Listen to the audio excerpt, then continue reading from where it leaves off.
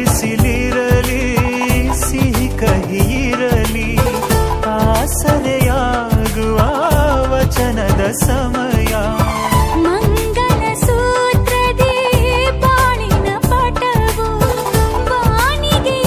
ಏರುವ ಪಯಣದ ಸಮಯ ನಲುಮೆಯ ದೇವಣ ನಲಿಯುವ ಸಮಯ ನೆನಪಿನ ಬಾಗಿನ ನೀಡುವ ಸಮಯ ಅಗ್ನಿ ಸಾಕ್ಷಿಯಲ್ಲೀಗ ಅಂತರಂಗ ಮಿಲನ ಚೆಲುವಿನ ತನದ ಸಮ್ಮೇಳನ